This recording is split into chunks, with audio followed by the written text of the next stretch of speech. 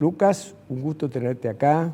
Gracias por venir al programa. Muchas gracias, Rubén. Un gusto. Buenas noches. Bueno, ¿te acordás cuando ibas al colegio que la profe llegaba ese día y decía, saquen una hoja en blanco, hoy tema libre? Tenés tema libre, arrancá por donde quieras. Bueno, acabas de describir una situación bastante triste, digamos, de nuestro país, para ponerlo de alguna forma, y que si lo trasladamos a la economía, significa que hay problemas de confianza, hay problemas de expectativas. Hablabas de buscar una luz al final del túnel. Creo que en cierta forma siempre hay luces al final del túnel, pero lamentablemente con las cosas que mencionabas recién, las vamos tapando. Las luces aparecen, pero las tapamos con decisiones, anuncios, con medidas que a veces no hacen ningún sentido. Entonces, lamentablemente, en términos de cómo eso afecta a la economía, las perspectivas no son buenas. ¿Y a qué hago referencia? Acabamos de cerrar un acuerdo con el Fondo Monetario Internacional para reestructurar esa deuda que tenemos con el organismo de más de 40.000 millones de dólares. Obviamente que este acuerdo deja mucho que desear porque no contempla reformas estructurales que son, digamos, el origen de problemas graves que tenemos en nuestro país, entre ellos la inflación. Mencionaba recién que hay propuestas de dolarización de la economía, pero me parece que una propuesta de dolarización, en cierta manera, no digo estar ni en contra ni a favor, pero creo que tenemos que lograr ese consenso de entender que el origen de los problemas macroeconómicos que tenemos, y en particular la inflación, están en el manejo de la cosa pública, están en el déficit crónico del sector público, que se financia o con deuda o se financia con emisión monetaria, pero que a la larga está en la raíz de este problema de alta, elevada inflación que tenemos. Entonces, podemos llegar a dolarizar la economía, pero si no atendemos este problema de fondo, que es el origen de nuestros problemas, en particular de falta de estabilidad macroeconómica, creo que no vamos a poder resolverlo de una manera estructural, de una manera definitiva. Y volviendo a lo que era el acuerdo con el fondo, creo que no contemplaba este acuerdo reformas para el sector público que pudieran ayudar a resolver estos problemas que mencionaba. Tenés un sistema previsional quebrado, tenés leyes laborales que son de los años 70, cuando estamos viviendo la cuarta revolución industrial a nivel global. Tenés impuestos que son excesivos para lo que es la capacidad productiva de la Argentina. Todos aspectos en donde se necesita un entendimiento en cuanto al diagnóstico sobre la gravedad del problema, sobre la necesidad de hacer reformas en esos ámbitos, y en donde en este acuerdo con el fondo hay una ausencia total de políticas concretas, de medidas concretas al respecto. Para no ser tan negativo, el acuerdo con el fondo sí contempla algunas medidas que en principio te podrían ayudar a corregir ciertos desajustes de precios relativos que tenemos hoy. Ves que el tipo de cambio oficial se está depreciando a una tasa mayor de lo que lo venía haciendo el año pasado. Está sobre la mesa el tema de hacer este ajuste de subsidios, por doloroso que sea, es necesario. Imagínate que el gasto en subsidios en este momento representa 12% del gasto público total. Está esta idea de reducir el financiamiento con emisión monetaria al déficit fiscal. Está esta idea de incrementar las tasas de interés, ¿sí?, por encima de la inflación esperada, para tratar de que el peso no sea tan poco atractivo como lo es. O sea, tenés una serie de medidas, de instrumentos que en principio apuntan en la dirección correcta. ¿Te puedo interrumpir? Sí.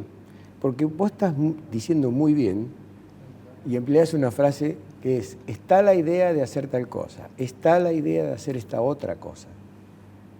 Este gobierno y otros gobiernos anteriores, o sea, los argentinos, nos hemos caracterizado en el mundo por nunca cumplir nuestra palabra.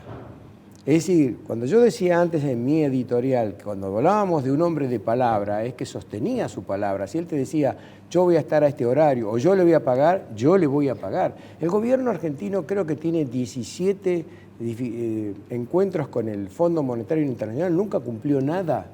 Entonces, vos estás mencionando que está la idea de hacer tal cosa, pero no sabemos si políticamente este gobierno de este chirolita, otra cosa no sé cómo decirle, puede realizar cuando tiene un ejército del otro lado que se llama Cristina, la Cámpora, el Instituto Patria, que no lo dejan mover un dedo en libertad. Efectivamente, a ver, te estaba haciendo el listado de medidas que contemplaba este acuerdo light con el fondo, que en principio decía, bueno, todo este set de instrumentos, desde un punto de vista hasta mecánico te diría, bueno, tienen sentido, pero te das vuelta, sale el acuerdo, y al otro día el presidente te dice que va a iniciar una guerra contra la inflación, que la va a anunciar 2 días antes, la va a presentar 2 días después de ese anuncio, y cuando comenzás a escuchar las medidas que anuncia, realmente el impacto que eso tiene en expectativas es pésimo.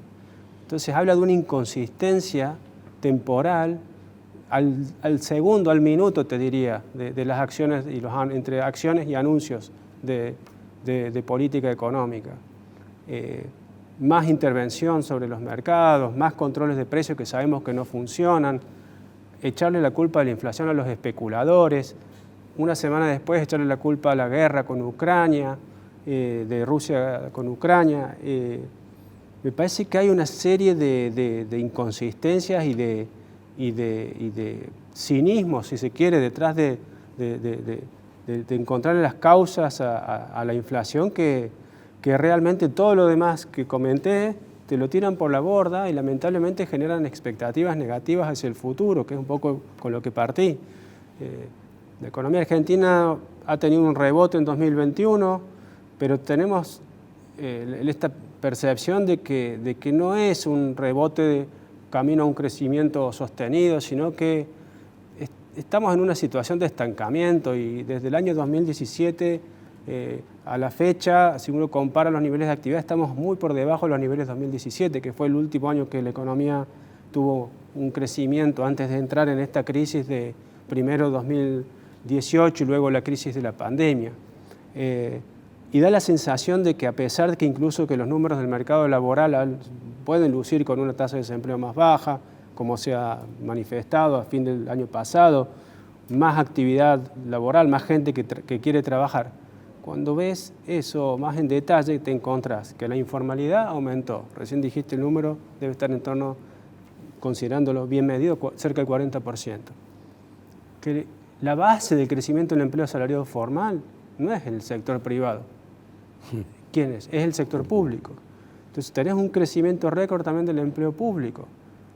O sea, es bien sabido que el empleo público en promedio es menos productivo que el empleo privado. Y es bien sabido que tenemos una planta de empleados públicos en Argentina en relación al empleo total que es muy, muy elevada en nuestro país. Entonces, eso alimenta problemas estructurales más que decir, ¿por qué? Porque eso se tiene que financiar con más gasto público. O sea, esa idea de controlar las cuentas fiscales desde una visión estructural parece no estar presente. Da la sensación que la manera en que van a tratar de cumplir con estas metas light con el Fondo Monetario va a ser a través de la licuación de gastos, gracias a esta inflación tan alta que también mencionaba recién. Tuviste una inflación de 4,7% en febrero, es probable que en marzo no esté por debajo del 5%. Con esto no extrañaría una inflación del 60% en el año 2022. Entonces, el poder adquisitivo del salario se va a ver muy resentido, a menos que tengas una explosión de ajustes salariales, lo cual también se va a retroalimentar en inflación. Entonces, la situación es muy delicada. De raíz, teníamos esa oportunidad que era el acuerdo con el fondo, pero tenés una serie de anuncios de política, acciones que son realmente lamentables y que no hacen más que deteriorar aún más las expectativas y extender este pronóstico de estancamiento por el cual estamos. Vamos a suponer, entrar en el total, vivimos en el mundo de la fantasía, ¿por qué no vamos a estar vos y yo en el mundo de la fantasía también? Vamos a suponer que este gobierno se cae tanto que se cae. Y se cae el presidente, la vice, el presidente, la presidente provisional del Senado y el presidente de la Cámara de Diputados, que serían las 4 sucesiones que tiene Alberto Fernández. Y asume la Suprema Corte de Justicia con todo el poder y el respaldo de la sociedad. Y te llaman, dice, señor Lucas Navarro, por favor, venga. Y te dicen, mire, nosotros tenemos todo el poder en Argentina. Tenemos poder de decisión y tenemos el poder de meter preso al que se oponga con nuestras decisiones. Y te entregan la llave del Ministerio de Economía.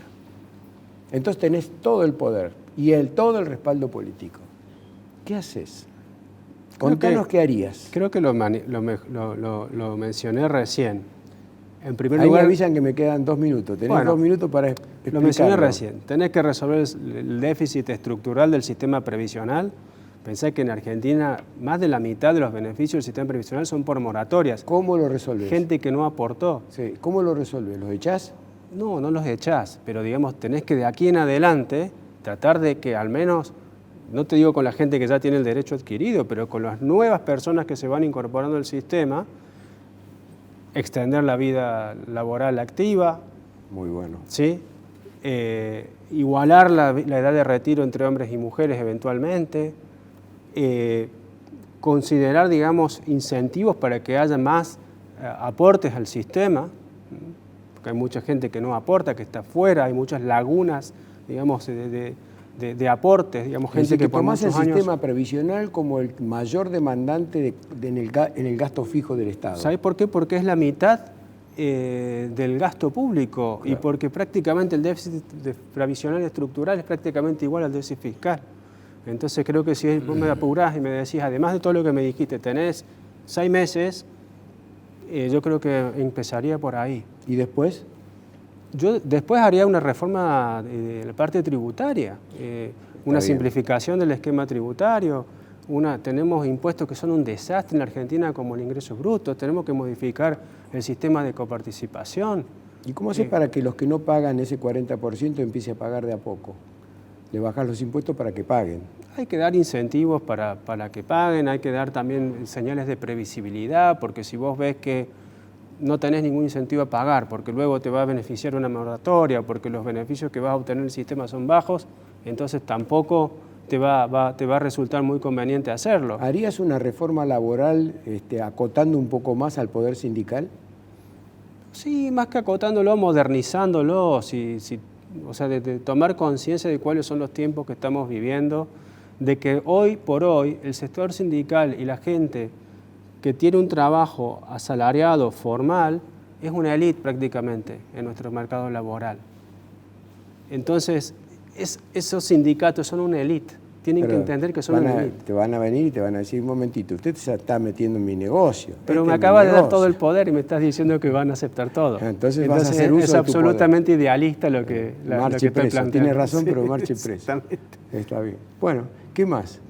No, o sea, mencionamos, digamos, reforma previsional, reforma tributaria, reforma laboral, son como reforma al sistema de coparticipación federal, son todos aspectos que deben tratarse como parte de... ¿Harías alguna reforma constitucional no permitiendo que la casta política, como dice Milei, se siga expandiendo y ganando dinero a expensas de nuestros impuestos, por ejemplo, tomando 60 asesores porque se le canta tener 60?